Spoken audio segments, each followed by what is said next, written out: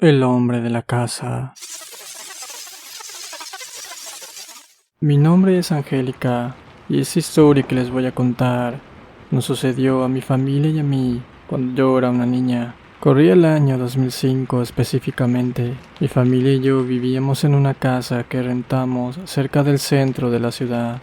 Era una casa pequeña. Tenía 2 habitaciones separadas por un pasillo. Tenía un baño, una cocina y una sala junto al comedor. En una de las habitaciones dormía mi padre con mi madre y en la otra dormía yo junto con mis hermanos. En el patio que estaba a un costado de la casa, mi padre tenía su taller de herrería, ya que era esa su profesión y con eso sostenía a la familia. La casa se la rentamos a un vecino de mi abuela, el cual cerca de dicha casa que nos rentaba tenía un pequeño negocio familiar. La casa, al ser antigua, tenía una historia también antigua que no sabíamos y que tampoco nadie nos había contado. Por aquellos años yo estaba cursando la primaria, mi hermano mayor se encontraba ya en la secundaria y mi hermano menor apenas se encontraba en el jardín de niños. Era nuestra infancia, esos años tranquilos y felices, años donde no tenía que preocuparme por el dinero o los problemas que acarrea el hecho de ser un adulto. Extraño tanto esos años. Sin embargo, no todo fue felicidad. Mi familia y yo fuimos atormentados y asediados como nunca creímos que lo fuéramos a hacer. Al principio no notamos nada, pero no pasó mucho tiempo para que los sucesos comenzaran a manifestarse. El primer suceso aterrador que ocurrió fue una siesta en la que me reuní con mis amigas de la escuela.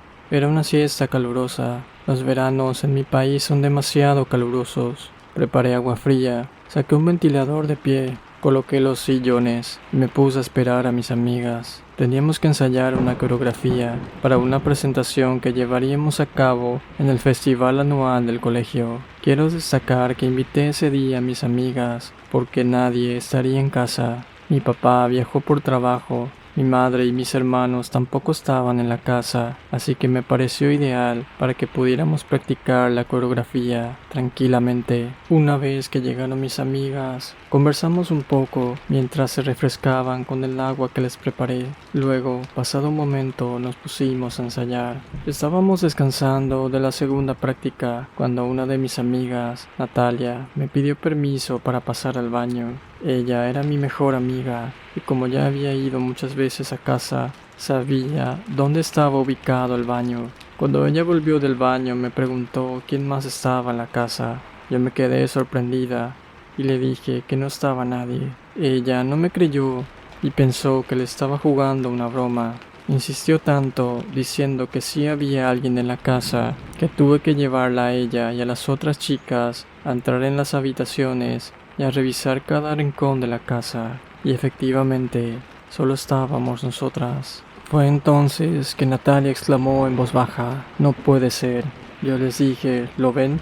No hay nadie, solo estábamos nosotras». Pero cuando terminé la frase, Natalia ya se había quedado muda. Su rostro se empalideció por completo y al tacto estaba helada. Nuestras otras amigas también le preguntaron qué le pasaba, porque su susto era evidente. No pudo hablar por algunos minutos, pero cuando se calmó, le volvimos a preguntar qué fue lo que le había sucedido. Entonces, con voz temblorosa, contó que cuando estaba en el baño, escuchó pasos en el pasillo. Eran como pisadas que se arrastraban. En un momento dado, dichas pisadas se detuvieron frente a la puerta del baño.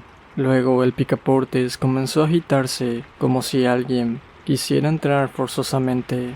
Ella en su desespero gritó: «Un momento, ya salgo». Natalia creyó que era algún integrante de mi familia que quería ingresar al baño. Por eso se apresuró en salir. Sin embargo, lo que le extrañó fue que cuando ella abrió la puerta, nadie se encontraba en el pasillo.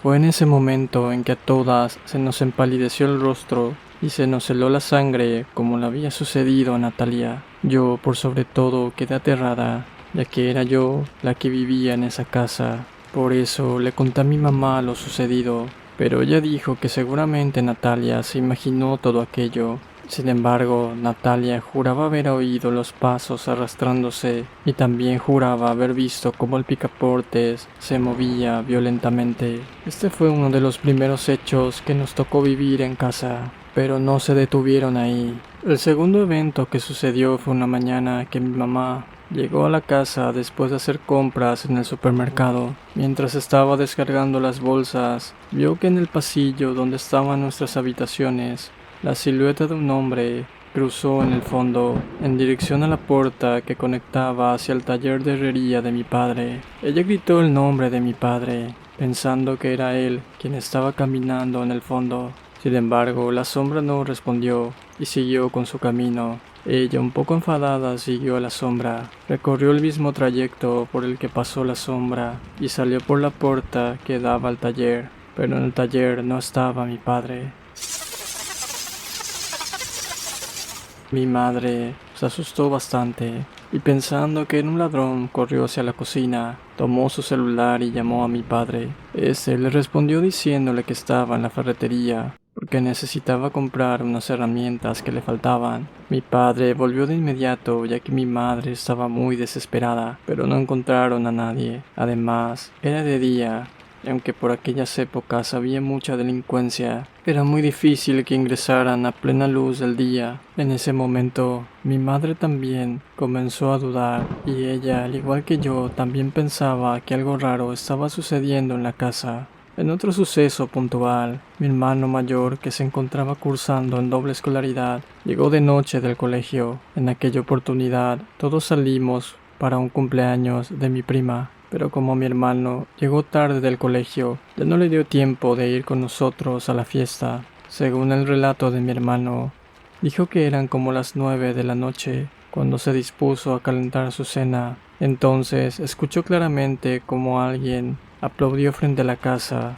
Lo primero que se le vino a la mente es pensar quién podría estar aplaudiendo a esas horas si no estaba esperando a nadie y tampoco se le había encargado recibir nada. Entonces cuenta él que dejó lo que estaba haciendo y fue a ver quién era. Para su sorpresa, no había nadie afuera.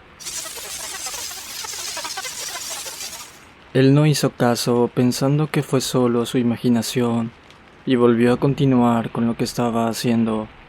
Sin embargo, por segunda vez volvió a escuchar los aplausos, pero esta vez eran mucho más fuertes.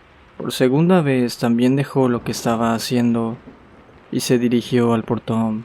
Y otra vez no había nadie.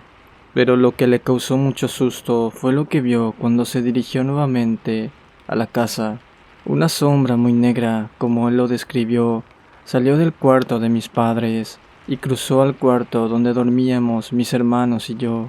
Mi hermano se quedó petrificado. Sin embargo, pensando lo mismo que había pensado mi madre el otro día, que se trataba de un ladrón o algo parecido, se dirigió de inmediato hacia nuestro cuarto y encendió las luces. Pero para su sorpresa, no había nadie. Cuando llegamos, mi hermano nos contó lo que sucedió. Mi madre le exclamó: «Entonces, ¿viste la misma sombra que yo?» Realmente todos nos asustamos, pero mi padre trató de minimizar todo, seguramente para que no nos asustáramos más de lo que ya estábamos. Los sucesos comenzaron a hacerse más y más constantes. Objetos que se movían del lugar, ruidos extraños que ninguno de nosotros hacíamos, pasos en la madrugada y por supuesto esa sombra que recorría la casa. Fue tanto el asedio que un día mi madre decidió ir a hablar con el dueño de la vivienda. Le comentó al dueño lo que venía sucediendo, hasta el punto que ya no podíamos dormir por las noches o estar tranquilos de día. El dueño, con voz pausada, le reveló a mi madre la causa de por qué no podíamos estar tranquilos en ese lugar. Este es el relato del señor. Hace unos años atrás, en ese lugar tuvo un inquilino. Ese muchacho era mi sobrino, el hijo de mi hermana Fernanda. Su nombre era Francisco. Por muchos años Francisco trabajó en los Estados Unidos. Él era hijo único. Muy joven mi sobrino, dijo el señor, dejó el país para cumplir con el sueño americano. Sin embargo, después de un tiempo volvió. A la familia le llamó la atención que no quiso quedarse en casa de su madre. Vino junto a mí y me pidió que le rentara la casa. Me dijo que solamente utilizaría la habitación que por aquellos años se encontraba en el fondo. Incluso me dijo que si yo quería rentar el resto de la casa a otra familia, que no había problemas, ya que él estaría por poco tiempo en ese lugar. Y así fue. Físicamente se quedó poco tiempo ahí. Mi madre en este punto no entendió lo que dijo el señor y le pidió que fuera más claro. El señor con voz quebrada le dijo a mi madre. Él se suicidó en la habitación del fondo.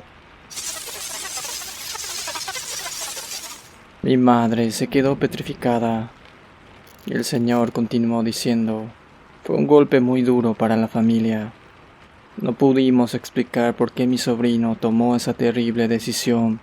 Tenía trabajo, había ganado dinero en los Estados Unidos, parecía tenerlo todo. Sin embargo, tenía un terrible secreto que escondía. Meses después, mi hermana nos reveló por qué mi sobrino Francisco decidió partir de este mundo de esa forma tan trágica.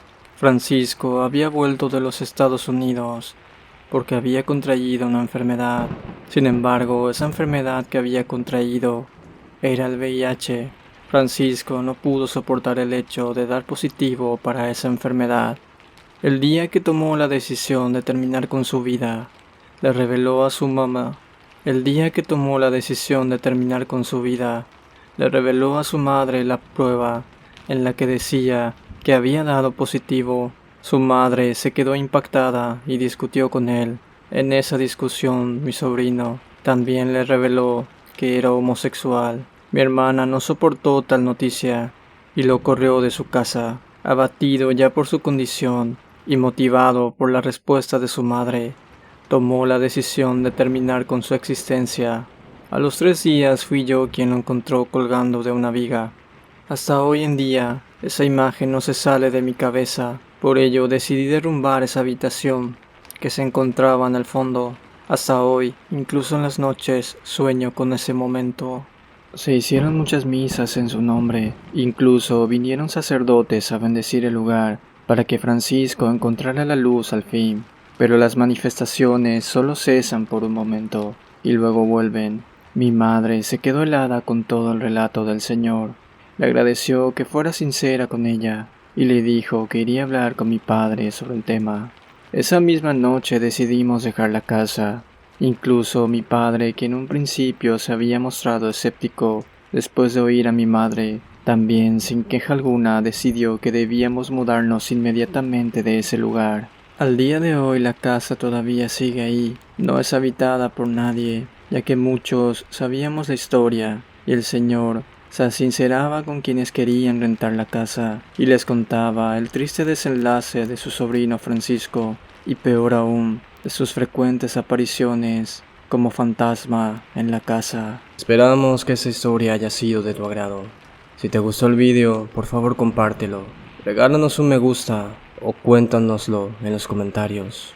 Por otra parte, si estás viendo esto en Facebook, dale like a la página y comparte. Por último, no olvides suscribirte y activar la campanita de notificaciones para ser el primero o la primera en enterarte de todos nuestros vídeos. Nos vemos en el siguiente relato.